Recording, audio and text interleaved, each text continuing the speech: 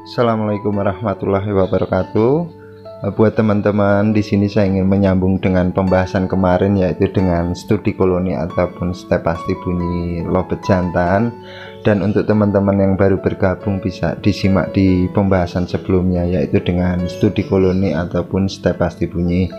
Di sini saya mohon maaf, di sini saya bukannya paling pinter, saya hanya ingin berbagi pengalaman pribadi saya, Om. Mungkin bisa untuk gambaran. Jadi dengan teknik-teknik koloni itu, dari teman-teman yang sudah sering bunyi ataupun sudah punya lobet jantan, kadang bunyi kadang enggak, itu kelanjutannya seperti apa.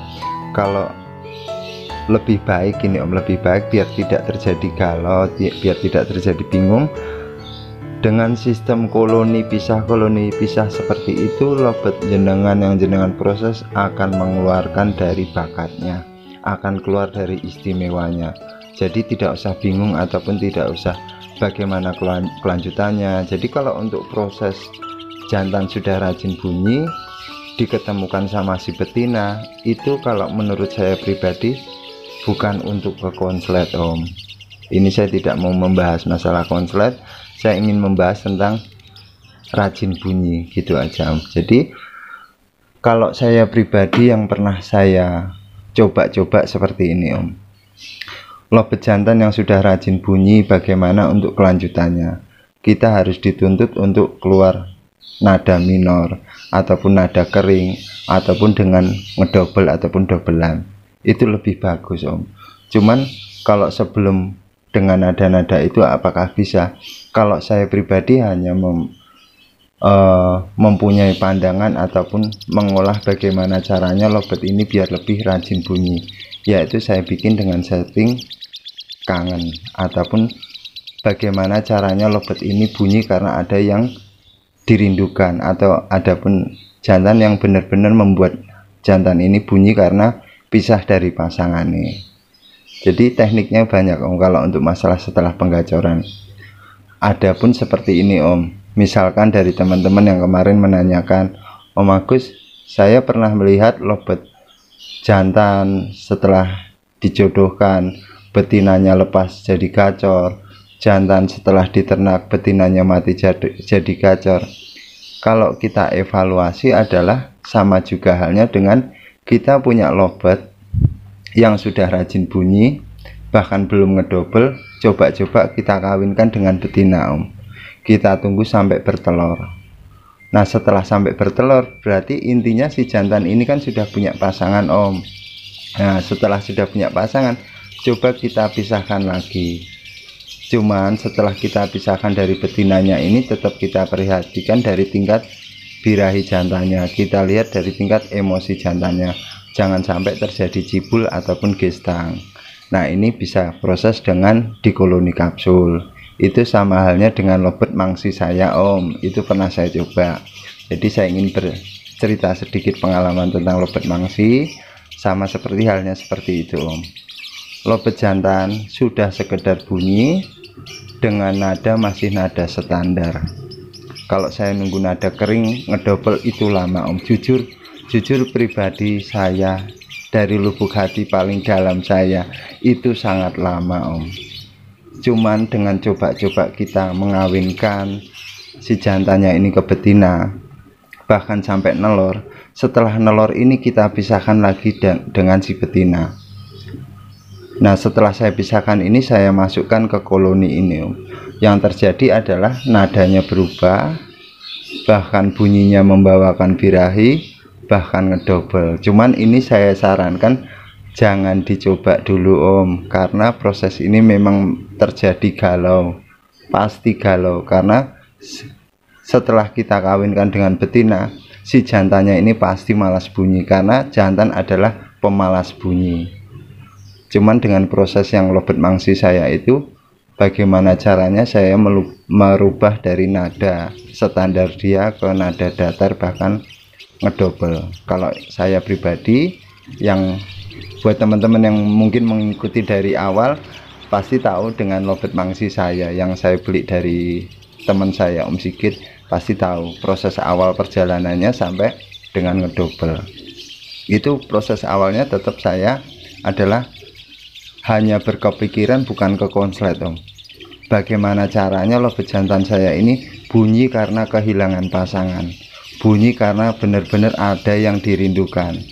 Nah setelah kita ataupun saya poles dari lobet mangsi itu, terus saya masuk ke koloni itu dengan proses cabut, proses tempel pisah dengan kolonian itu sudah terjadi enak, sudah terjadi birahi bunyi. Ini yang saya lakukan adalah tetap dengan ditempel sama betinanya lagi.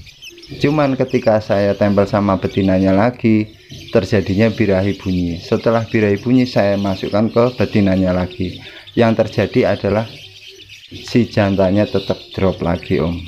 Dalam arti drop, males-malesan bunyi, hanya birahinya masuknya birahi kekawin.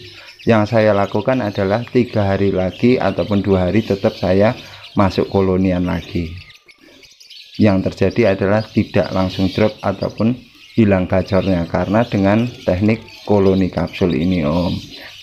Kalau kita ataupun saya yang pernah saya alami dengan saya proses single, terus saya penggacoran single, memang kalau memang terjadi drop lama banget Om. Untuk mengembalikan dari dia terjadi gacor lagi memang lama, tapi dengan step koloni ini cepat untuk mengembalikannya gitu Om.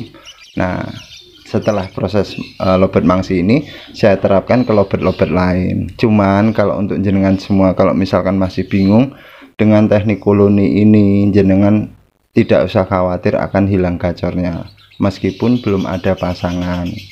Jadi teknik-teknik ataupun cara agar si jantannya biar terjadi ataupun keluar istimewanya memang tidak usah buru-buru Om, tidak usah buru-buru.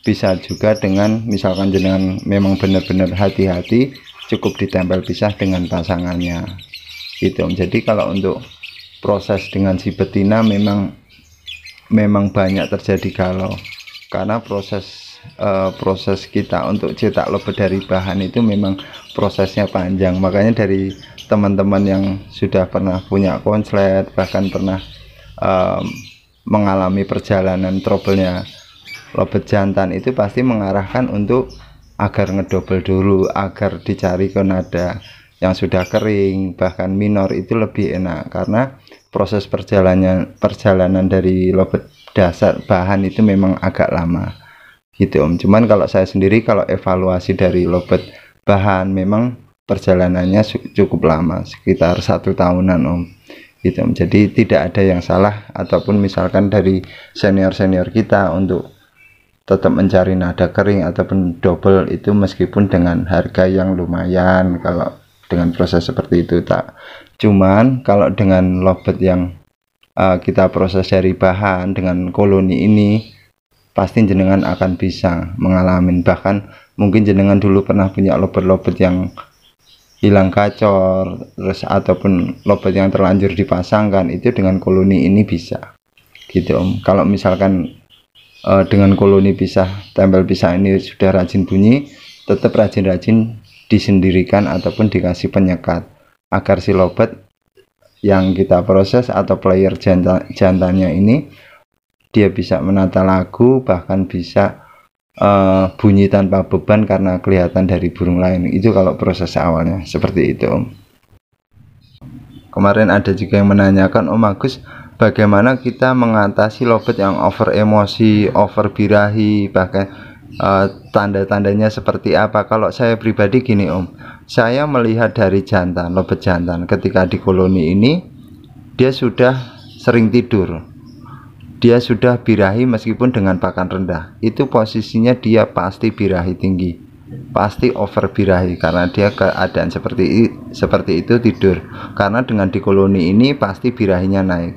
Nah biasanya saya dengan menaikkan tingkat emosinya yaitu dengan teknik penjemuran, saya tambahi intensitas dari penjemuran.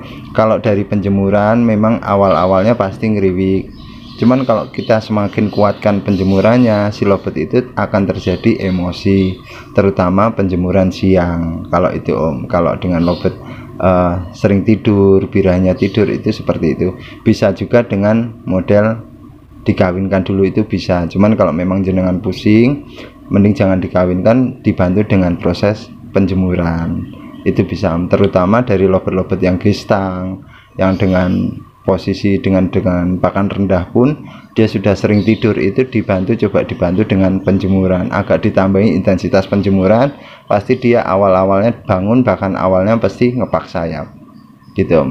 Cuman dengan ngepak sayap, dengan ngeriwik, tolong jangan menjadi beban Om. Ibaratnya ngepak sedikit bingung, ngeriwik sedikit bingung, itu semua proses perjalanan Om. Perjalanan dari birahi naik ke emosi, dari ngepak-ngepak sayap dia tingkat emosinya ketinggian, yaitu dengan penjemuran pagi, itu bisa Om. Jadi kebalikannya seperti itu. Nah, kalau untuk proses mandi, kalau saya pribadi tidak pernah memandikan burung Om. Saya hanya memandikan burung dengan cepuk. Itu kalau saya Om, kecuali lobet itu benar-benar lasak, benar-benar takut lihat orang, seperti nabrak-nabrak, itu baru saya proses memandikan burung. Tapi tidak ada salahnya kalau misalkan jenengan coba-coba memandikan burung yang jenengan proses. Kok terjadi enak, monggo dilanjutkan. Kalau teknik itu banyak Om, cara itu banyak. Selama kita bisa memahami, pasti cara itu banyak. Jadi gitu Om. Jadi kalau untuk proses mengawinkan jantan player ketika sudah bunyi terjadi trouble, itu jangan diambil negatifnya Om, positifnya banyak.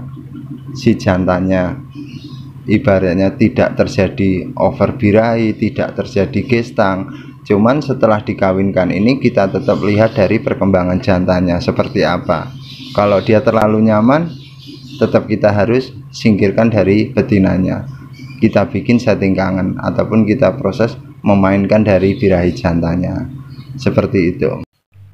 Baik Om, jadi ini menyambung dari teman-teman yang kemarin menanyakan, Om Agus, apakah kita bikin proses lobet yang rajin bunyi, apakah lobet yang gacor itu, apakah kita harus nunggu rezeki dulu, apakah harus, kalau itu semua buat saya tidak ada salahnya Om.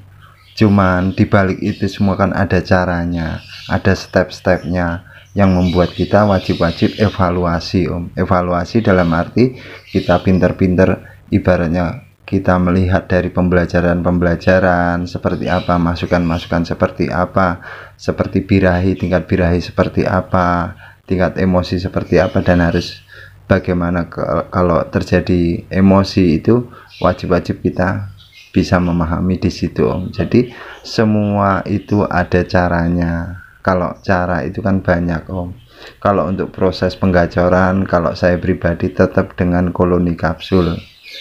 Ada juga yang tanya, kalau untuk koloni kapsul itu apakah harus burung sudah gacor semua, itu gimana Om Agus? Itu tidak ada salahnya Om. Kalau saya pribadi, bahkan lobet-lobet bahan pun yang sekedar bunyi sekali dua kali, saya tetap koloni kapsul Om. Karena kita kembali ke habitatnya lobet, ketika salah satu temannya itu rajin bunyi, bahkan dia sudah gacor, itu bisa memancing atau memicu dari teman-temannya. Yang penting yang kita lakukan adalah monoton ataupun konsisten. Dari koloni kita rendeng burung banyak dengan dikasih jarak, setelah itu kita sendirikan dikasih sekat-sekat, seperti itu bisa. Jadi intinya di situ. Untuk kualitas dari lobet, biasanya kan Om Agus, apakah kita harus memperhatikan bahan seperti apa yang kita proses? Itu betul juga.